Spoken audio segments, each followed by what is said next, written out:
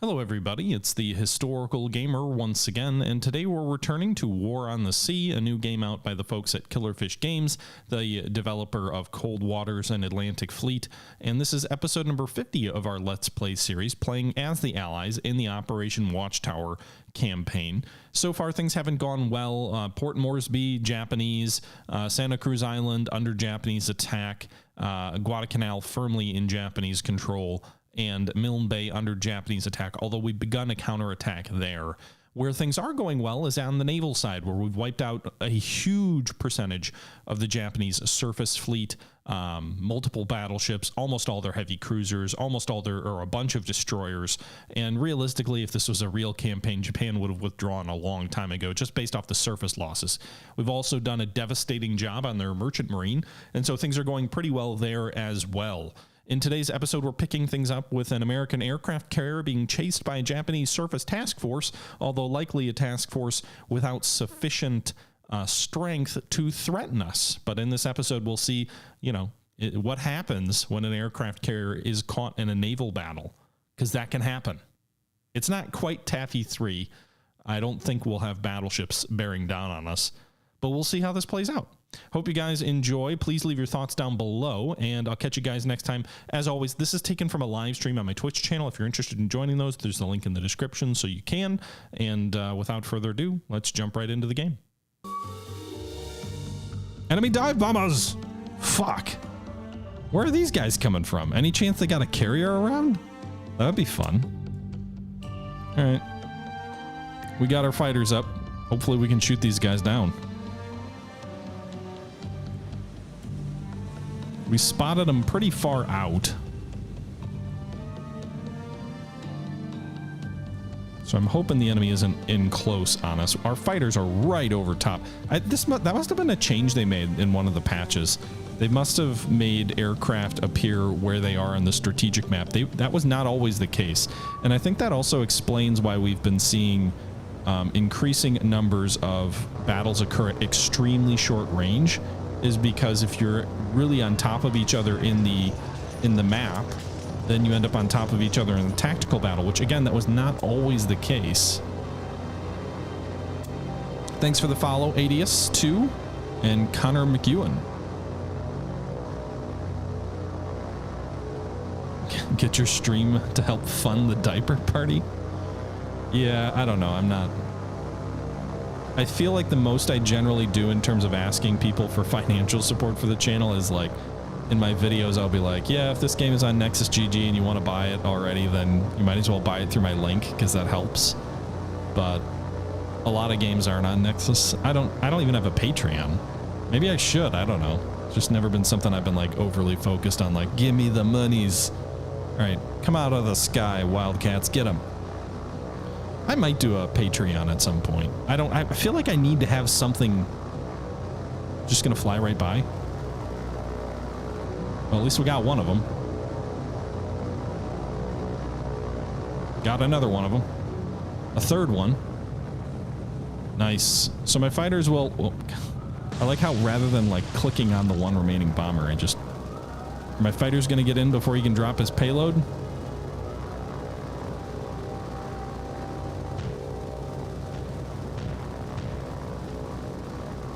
Got him, just barely in time. The Yak barely had time to get open up. THG OnlyFans, Junyo? No. Not if it's... Not unless it's something completely benign. I've only even showed my face once, and I didn't even put it on my channel. It was something for the happy birthday thing for Slytherin, their like 20th birthday or whatever it was. All right, so we got that. Let's see if we detect whatever that float plane was coming from. Oh shit. 2 destroyers just came out of the blue, charging right for us. They're coming right for us.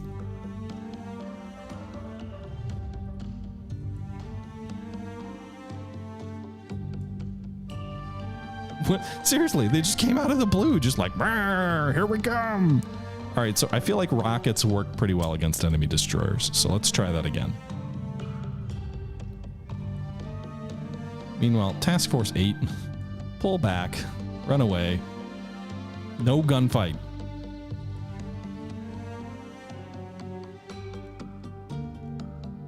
All right. They're probably going to be on the map. Yep, they are.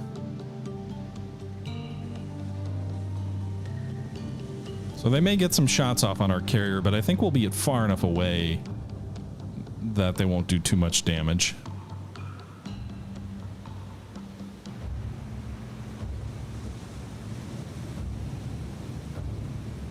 I hear the epic music. There they are, boys. Somehow you didn't spot them until they were right below you. You're already in flak range. But that's fine. All right. 1, 2, 3, 4, 5, 6. Form up. 1, 2, 3, 4, 5, 6. Form up. Adjust the formations. Let them fly past. Yeah, they're not firing their main batteries. They're out of... Oh, they are firing their main batteries at us. Oh, boy. Bastards.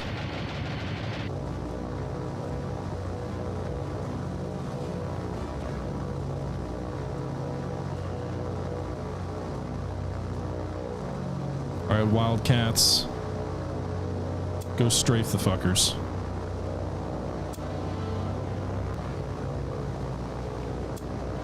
All right, so if we're in gun range, I guess we probably should make sure we're returning fire, huh? It is 16,000 yards, so it's not very likely that they'll hit at that range. But we'll fire anyway.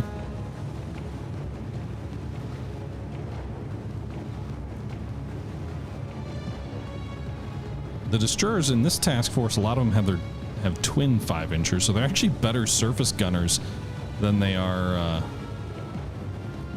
anti-aircraft platforms. That's a problem. I should have made sure to have Fletchers, not these guys.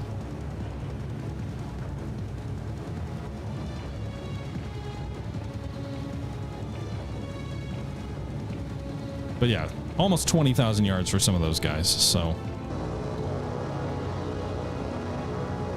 Wildcats are on the way to strafe. Don't worry. Just saying, Hornet needs a gun kill? Hell yeah. Like the way you think, sir. Alright. Pause. First flight of 7 is already lined up. Go for target number 2. Attack.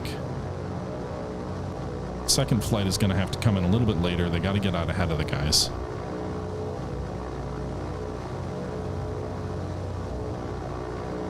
There they go. Well, they're actually diving at the moment, so they're circling. In that case, target number 1 in attack, because you're going to have to circle to dive anyway.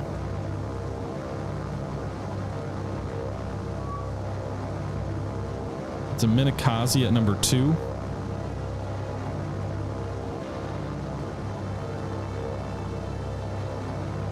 You can see the 5-inchers from our fleet way off target.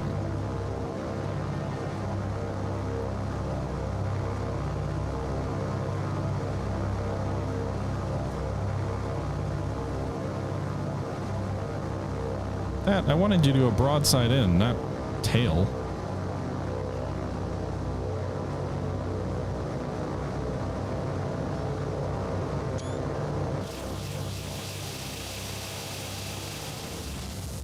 Oh boy. It took a lot of hits, but it doesn't look like it's in trouble. It's not burning or anything. Huh.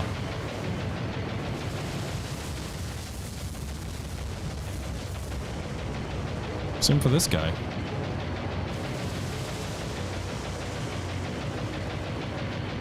We lost an Avenger too. Well, we might have to gun him. Oh, that sound, the rocket sound, yeah. A little bit annoyed though.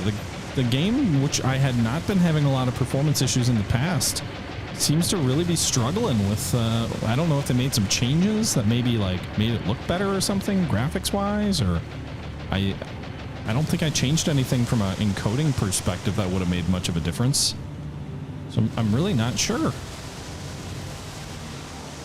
Meanwhile, the Wildcats are coming in now. You got 2 enemy targets that are smoking. By the way, you guys, can the Avengers strafe also? Because if they can...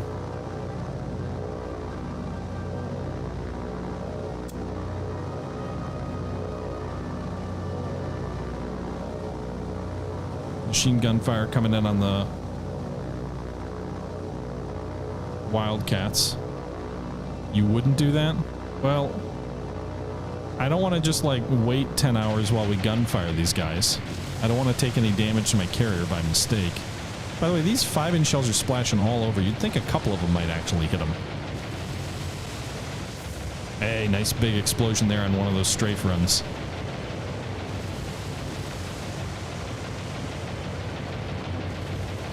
I think those might have been the Wildcats. Oh no, they're Avengers flying over. There's a lot of long-range fire from these 5-inchers here. Any of our ships taking damage?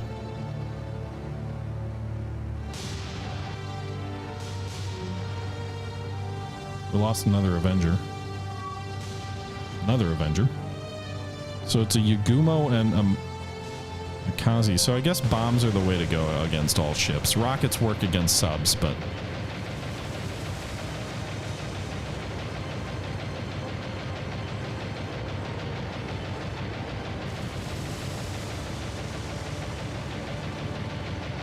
Also, I love how these guys are like flying through shell fire. Wait, are they going to keep attacking until I tell... It just says they should be following waypoints. How many of them are going to go in and strafe? Police Car 08, thanks for the follow. Alright, this enemy destroyer is heavily aflame. The Yagumo.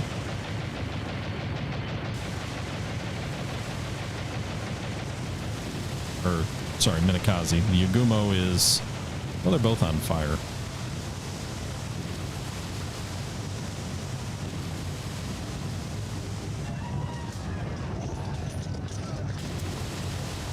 Wildcats, attack Yagumo. Avengers, assemble and attack. Rockets probably work on cargo ships as well, Adius. You know, in my one experience with them, they helped finish awesome shipping, but they weren't terribly effective. Tyrannix, thanks for the follow as well. Our ships do seem like they found the range, though.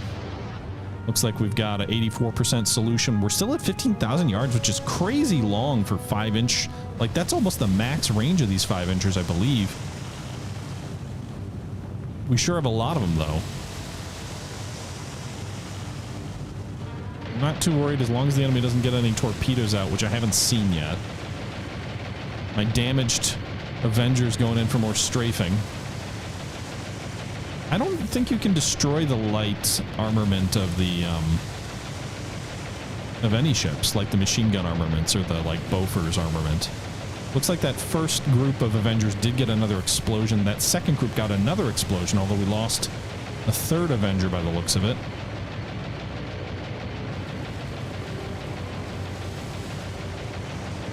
A whole bunch of fires. Yagumo is just absolutely... By the way, this wouldn't be possible either. I just want to point that out. That you I don't think, anyway, you could fly aircraft through shell fire like this. Like, odds are with as much 5-inch iron that's raining down, your aircraft would get hit by one of those shells. It's the same reason I don't think they always have to be careful when you've got CAS coming in, close air support coming in, that you don't want to fly your aircraft through artillery. Yeah, we lost another... How many aircraft have we lost total? Looks like we've lost 1, 2, 3, 4, 5, 6 of the Avengers. We haven't lost a Wildcat yet, though. Let's just keep having the Wildcats strafe.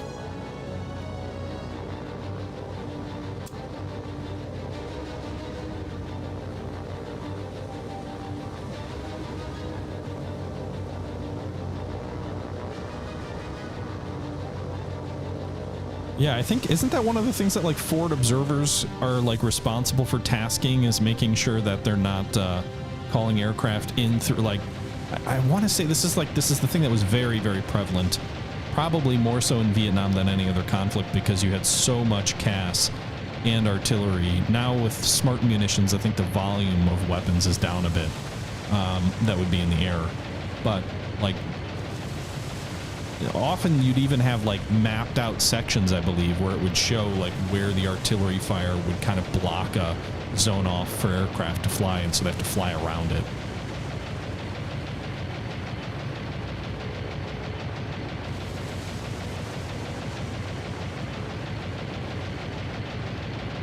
They're still charging in. Whoever fired this salvo should be fired. That one was so far off target.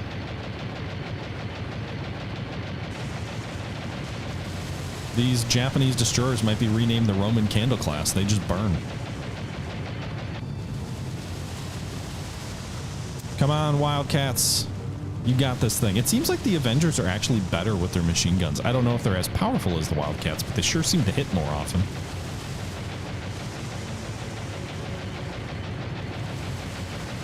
Encoding is overloaded. I don't know what's different about this. I'm not dropping frames at least, but might still look like it.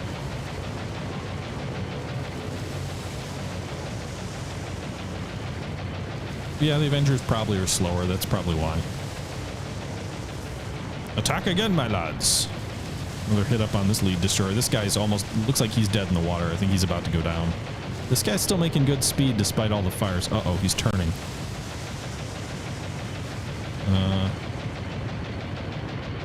Oh, he's just turning to get more guns into Yugumo's sinking.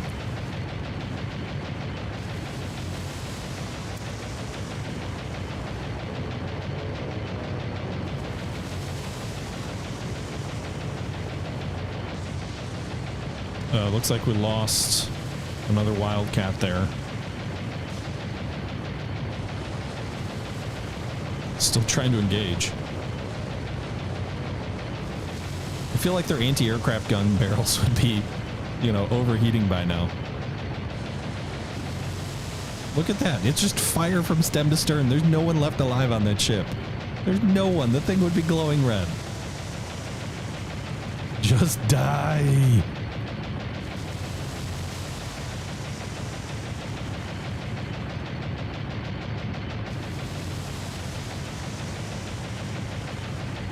Yeah.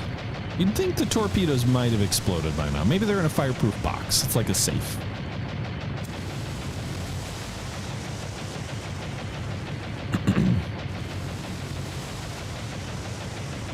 Pretty sure half my ships stopped firing too because the other one is what they were targeting at and they don't auto-retarget. Yeah, surely you'd have to reload by now. You know, logic. Logic, my boys. Good 5-inch shell hit there.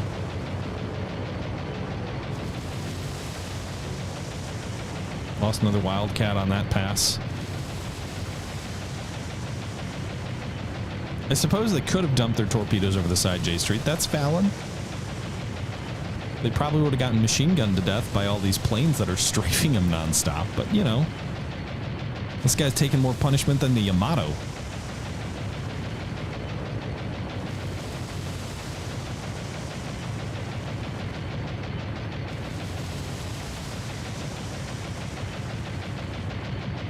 They are in torpedo range now, probably.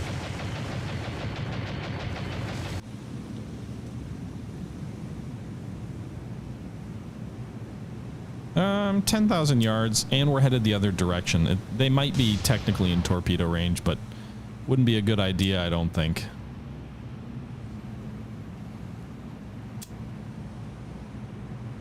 All right, so it looks like the Atlanta might be the only guy firing on it right now, so we'll go ahead and change that. Or the San Diego, but the Atlanta class. How much ammo do they have left by the way? Plenty. Over 3,000 rounds in that rear magazine. Our aircraft have... Oh, he's dead in the water now. He's going down for sure. Oh. If it's possible, it looks like it's on even more fire than it was before.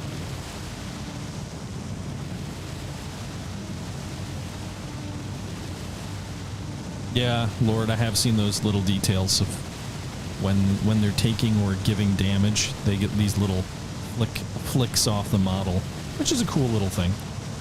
All right, this guy's dead. Just lower your flag. Strike the colors, lads. Oh, more aircraft are coming in. Ah. Oh, they died. All right, victory. 2 more Japanese destroyers sunk. Minakaze and a Yagumo. We lost 10 aircraft. No hits to any of our ships. 7 more command points. RTB, my lads.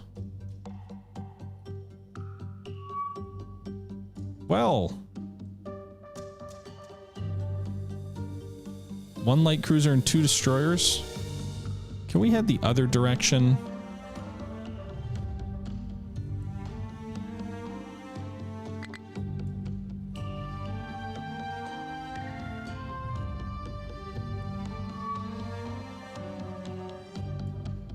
What Wildcat? There's no Wildcats flying here. Run away! All right. Can we...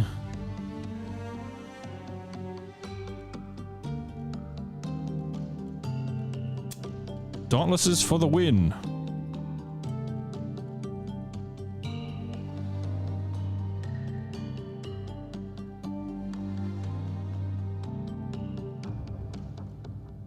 I'm hoping to get my carrier out of range before the tactical battle is fought.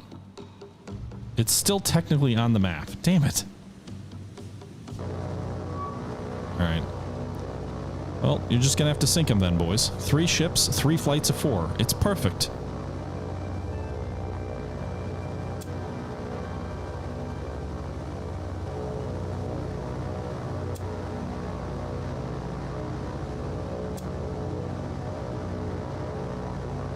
What do they have here?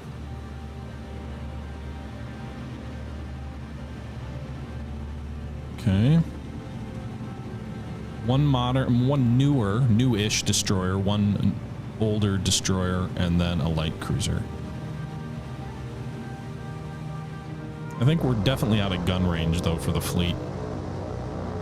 Plane loadouts are 1,000-pound bombs with 200-pounders. You don't have a choice on the Dauntless. It only gives you 1 loadout profile. The Avengers are the only ones that give you a whole bunch of options. You get armor piercing, HE, rockets, torpedoes. The Avenger was really, I feel like, doesn't get talked about enough in World War II. It was sort of like, it was the aircraft. They stopped having, I mean, it was the torpedo bomber, but then they also stopped having dive bombers by the end of the war, and it was the Avenger. You know, you had the fighters, obviously, but the Avenger was the jack of all trades attack aircraft by the end of the war. Whereas at the start of the war, you had a bunch of different dedicated types. By the end of the war, it was just the Avenger. Well, going down. Drop bombs away. All right, one of those destroyers didn't take many hits, just 1 hit by a bomb. But the other guy, direct hit by bomb, direct hit by bomb, direct hit by bomb. There's a lot of duds, by the way, it seems like.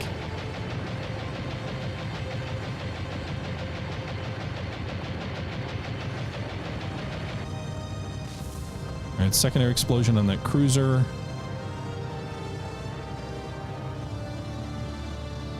The Helldiver took the Avenger's place? Really? I thought the Avenger flew throughout the war. And they stopped, wasn't it by like 44? They stopped having dive bombers altogether? Like, yeah, they had the Helldiver, but they really didn't equip it very much. So the Helldiver technically replaced the Dauntless, but then the air group stopped being equipped with dive bombers, basically, and they produced a shit ton of Helldivers that just weren't used. This guy's rudder looks like it's busted.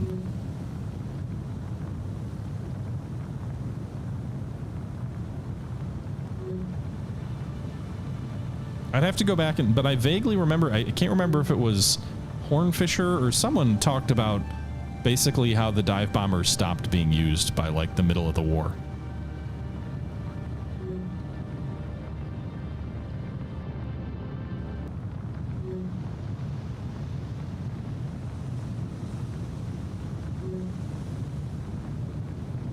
and the Helldiver were just sort of like sitting there doing nothing.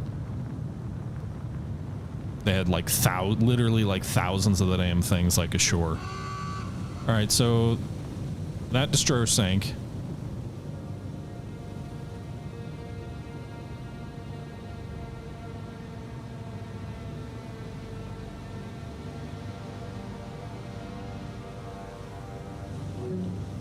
This guy's like almost dead in the water, but I think he's going to survive. So let's go ahead and get out of here. All right, so we sank one of the destroyers. Heavy damage on the light cruiser. RTB. How long to the next flight can go up? An hour? I think it's going to be dark before then.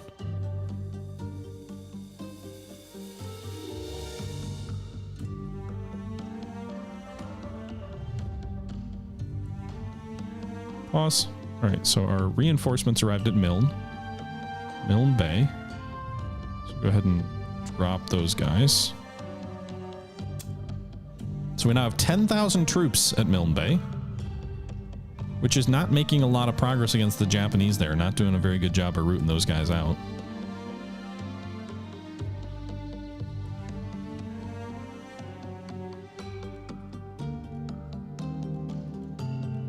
Meanwhile,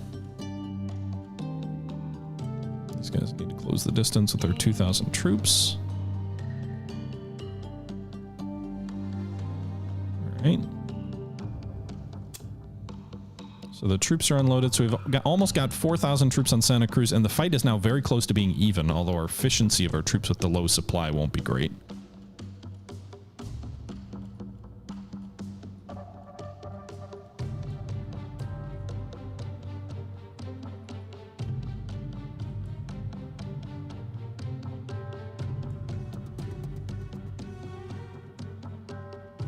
Okay, we're working our way toward 5 a.m. when the sun comes up and I can start launching a whole bunch of aircraft again to find enemy stuff.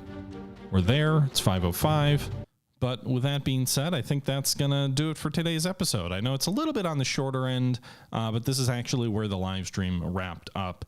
And also, I don't think we've got enough time to do another full-blown battle. So this seems like kind of the right point to stop. So I hope you guys enjoyed this video. Leave your thoughts below as always. And until next time, this is the Historical Gamer saying once again, thank you very much for watching. And until next time, I'm out.